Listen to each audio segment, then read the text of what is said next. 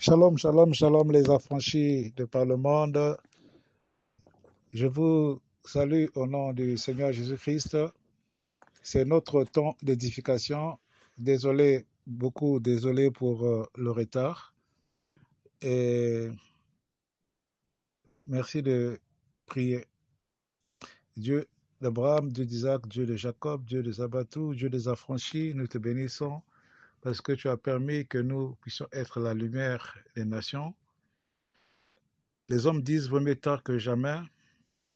Mais Seigneur, toi, tu es toujours celui qui dit rien rien ne se fait par hasard. Toute chose concourt au bien de ceux qui aiment Dieu.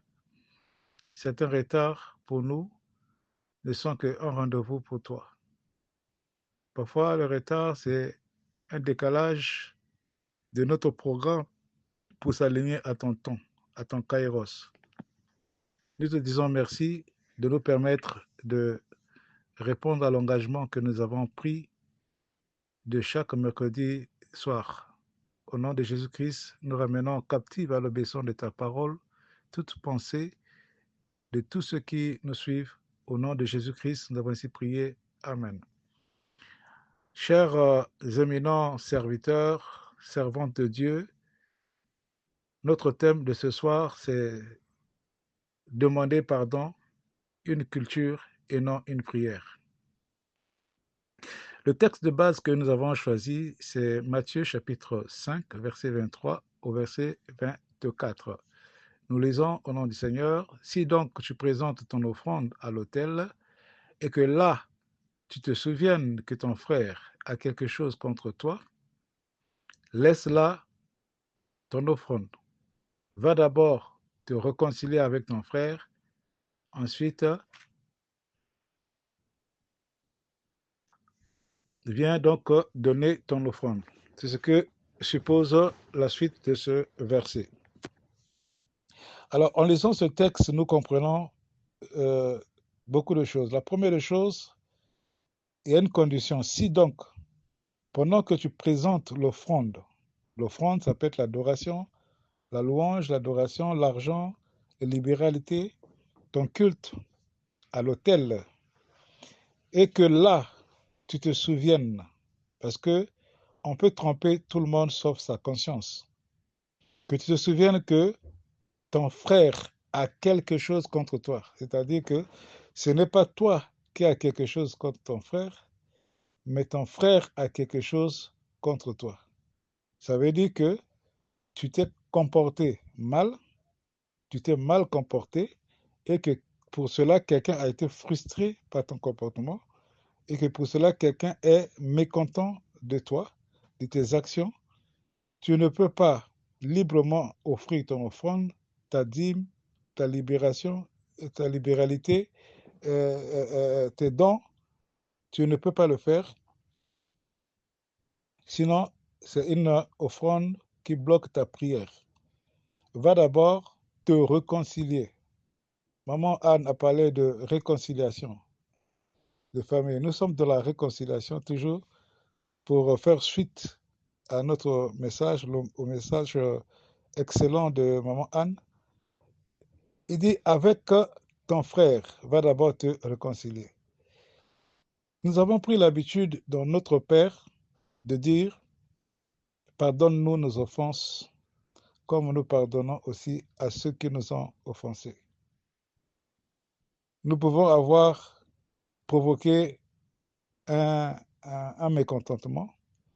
Tu restes dans ta chambre, tu dis, Seigneur, pardonne-moi, pardonne-moi, pardonne mon frère. C'est une prière que tu as faite, c'est bien. Pardonne-moi, comme je pardonne aussi à celui qui m'a offensé. Mais là, c'est toi qui as offensé. Qu'est-ce que tu vas faire?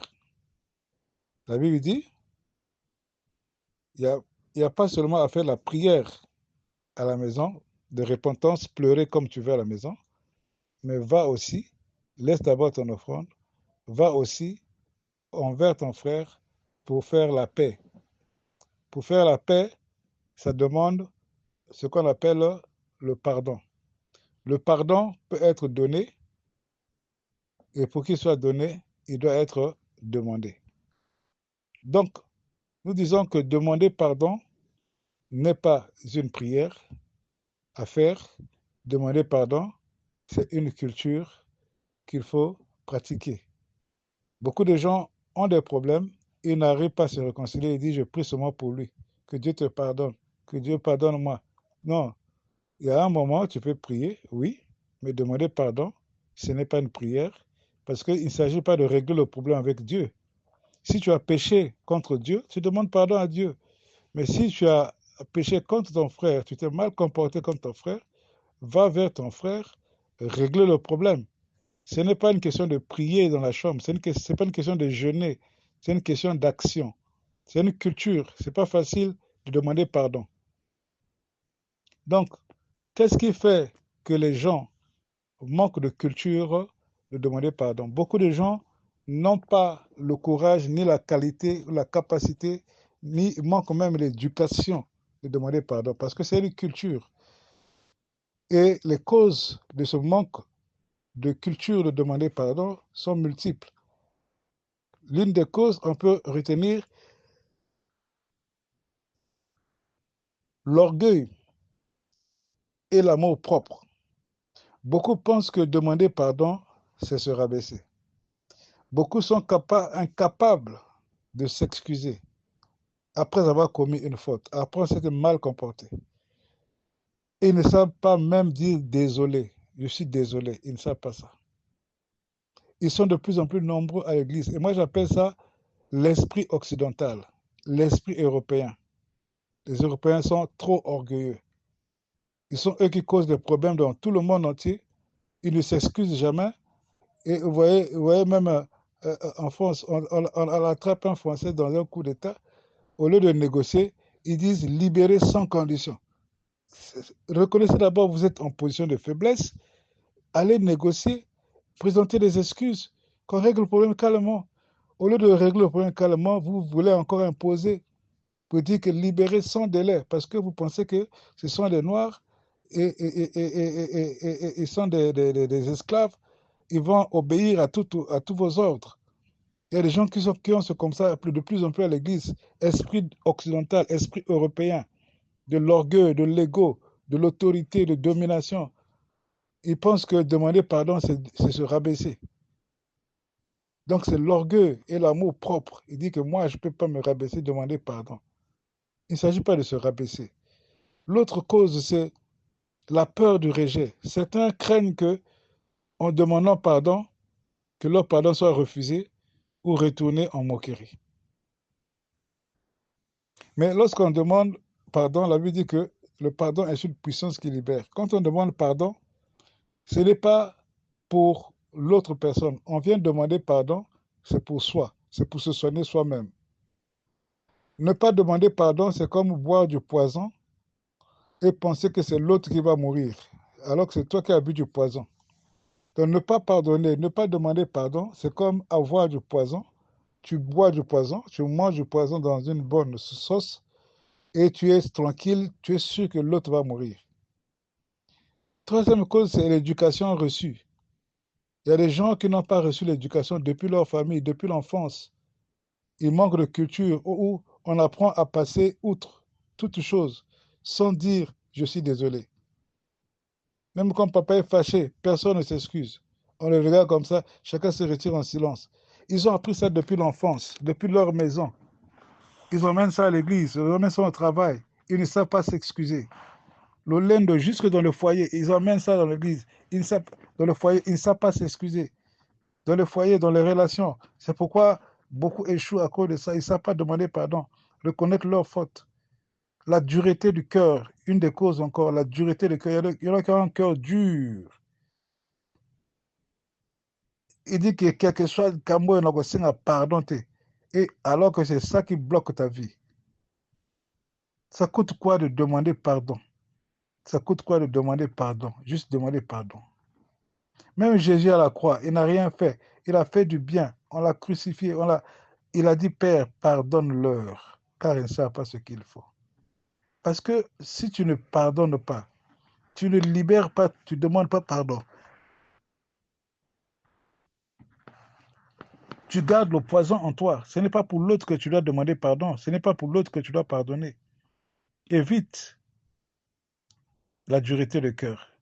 Beaucoup, ils prient beaucoup, ils chantent, ils prêchent, il travaille au protocole. Il est diacre, il est ancien, il est pasteur, il est archi. Mais un cœur très dur, un cœur très mauvais. Quel que soit, atabo kangena likambo, ako boya na ye. Tu l'attrapes en flagrant délit, mais il va te dire, c'est pas moi. Jamais, c'est pas moi. Il a fait, il dit que c'est pas moi qui ai fait. Comme la Bible dit que la prostituée, après avoir mangé, elle s'essuie la bouche et dit que je n'ai pas mangé. Mais celui qui a fait l'œil, ne voit-il pas? Celui qui a fait l'oreille, n'entend-il pas ce que tu dis? Quand tu boudes dans ton cœur, il sait. Quand tu murmures dans ton cœur, dans le secret, il sait ce que tu dis. Une cinquième cause, c'est la méconnaissance spirituelle. Ignorer que demander pardon est un acte d'humilité qui ouvre les portes de la grâce. Voilà l'immaturité spirituelle. Quand quelqu'un est mature spirituellement, il ne peut pas demander pardon. Il ne connaît pas la valeur du pardon. Il ne connaît pas la valeur de demander pardon. Il ne connaît pas la valeur de ça.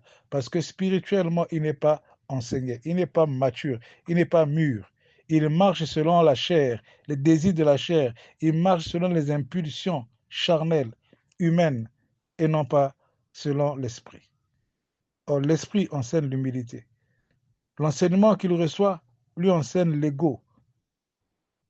Les conséquences du manque de culture de pardon sont nombreuses dans la société. Et on a les blessures qui s'accumulent car les fautes ne sont jamais reconnues. J'ai appris quelque chose dans la vie.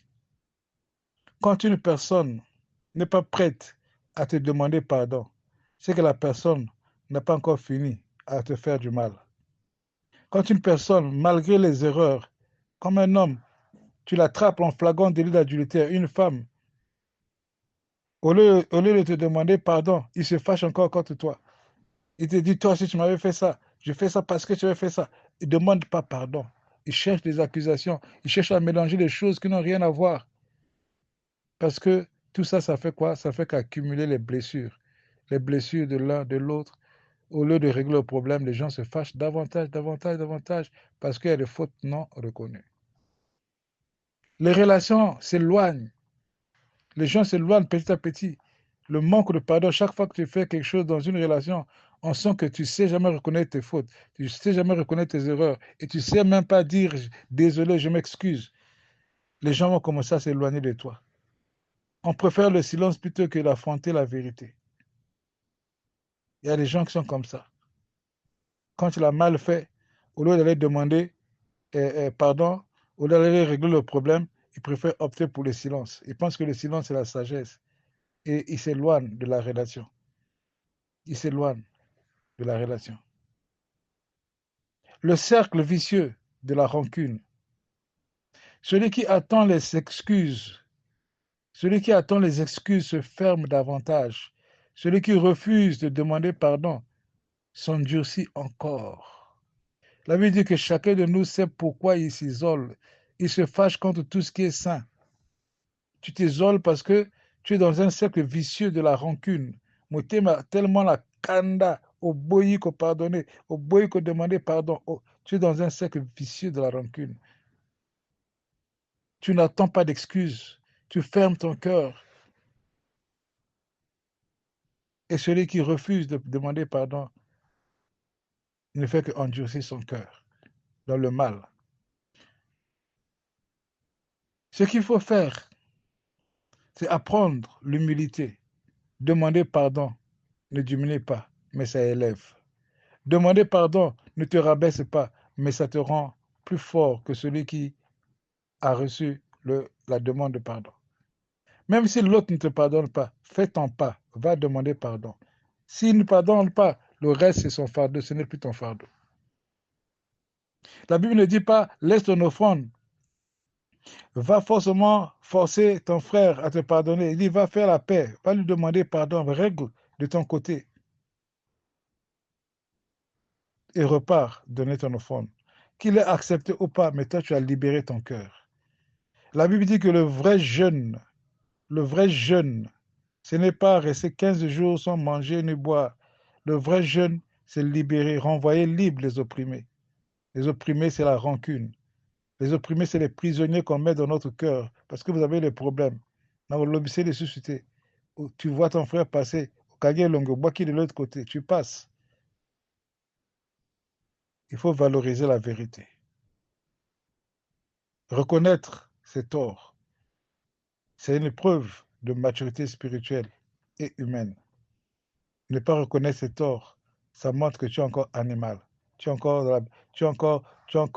de la chair. Il faut éduquer la réconciliation dans nos familles. Il faut éduquer, enseigner cela. Apprendre aux gens de s'asseoir pour régler le problème.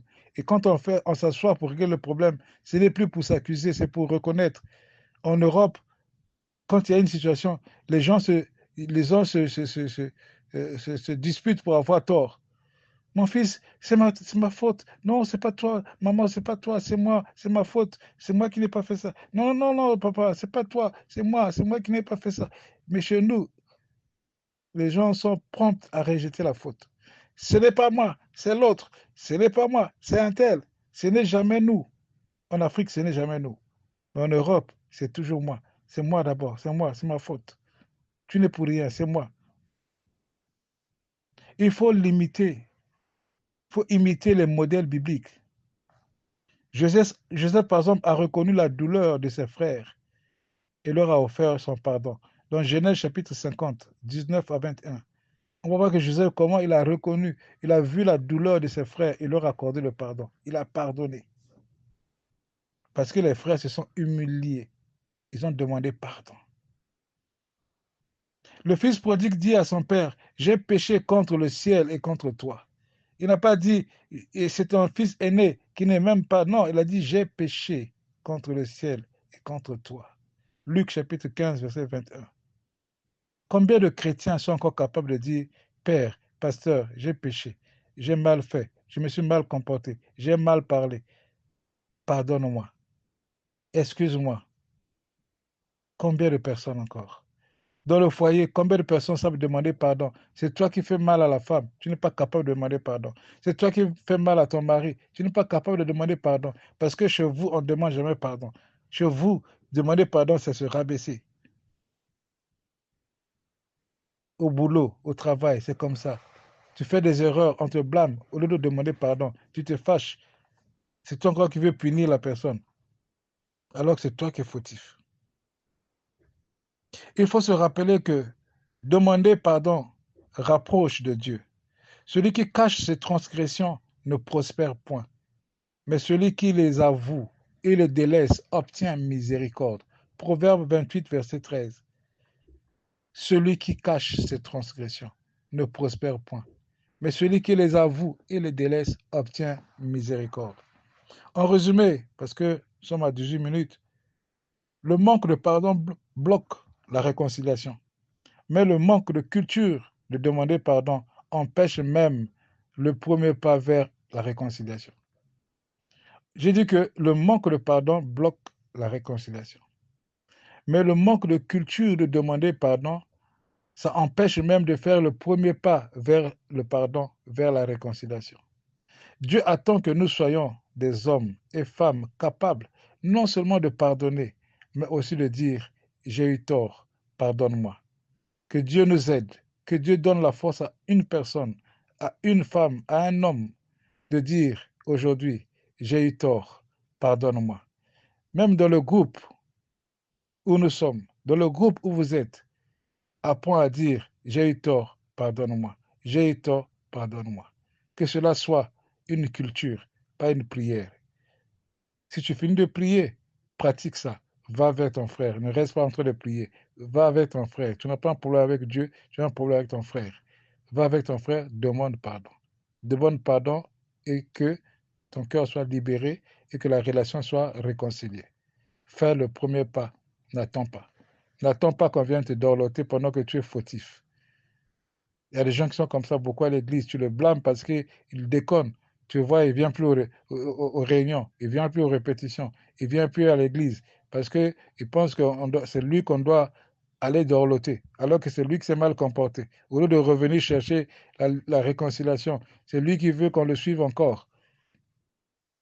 Et c'est comme ça que le cœur durcit et se perd. C'est l'immaturité, c'est le désastre. Que Dieu bénisse celui qui a dit Amen, que Dieu bénisse quelqu'un qui a écouté cette parole, que Dieu fasse du bien à chacun dans ce groupe. Au nom de Jésus-Christ, c'était votre frère Gisela Elenga. Que Dieu vous bénisse. Mungu wakubariki. Amen.